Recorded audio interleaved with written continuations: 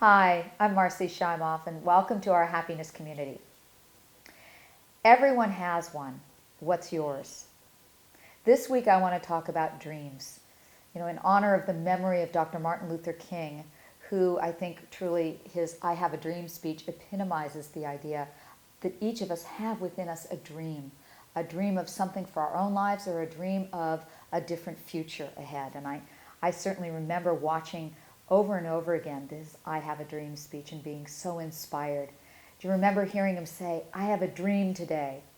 I have a dream that my 4 little children will one day live in a nation where they will not be judged by the color of their skin, but by the content of their character.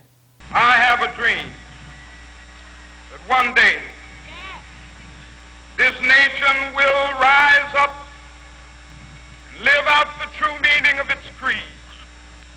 We hold these truths to be self-evident that all men are created equal. I have a dream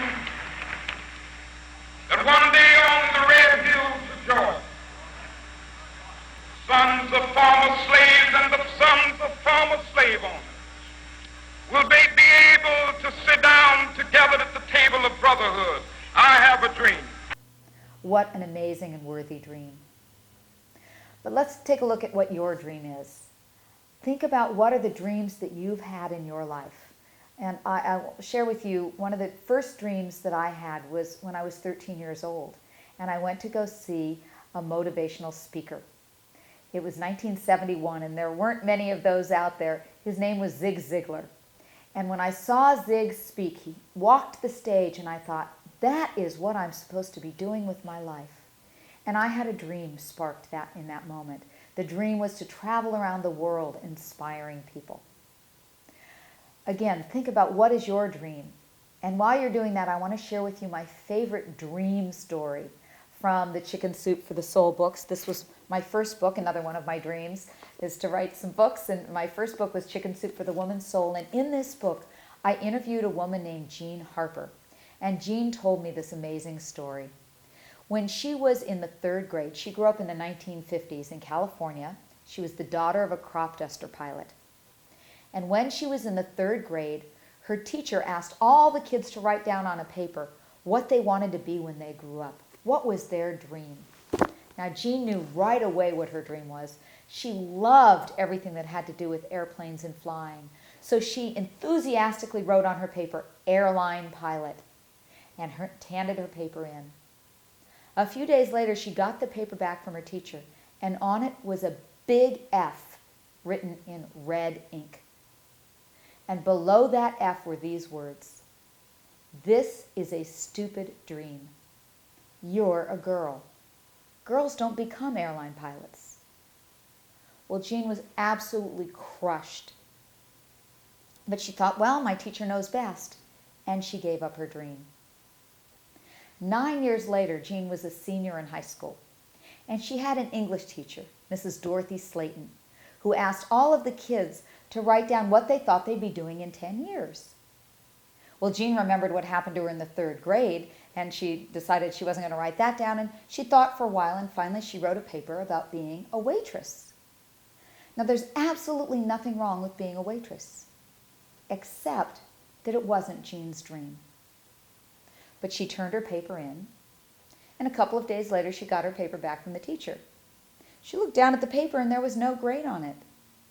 None of the kids had any grades on their papers. The teacher then asked all of the students to turn their paper over to the other side. And she said, now I want you to imagine that you could be or do anything. What's your dream if you could be or do anything? Write that down. Jean, of course, wrote down airline pilot.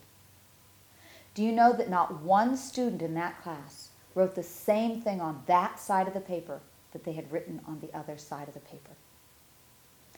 Then Mrs. Slayton said something that would change Jean's life. She said, I'm going to tell you all a little secret. You can do or be anything you want as long as you want it badly enough, and you hold on to that dream, and you persist, and you find support around you to go for your dreams. And in that moment, Jean decided that no matter what, she was going to become an airline pilot. And at the time, there were no female commercial airline pilots in America. Well, over the next 10 years, Jean had many, many struggles and challenges, but she kept remembering what her teacher said about going for your dreams.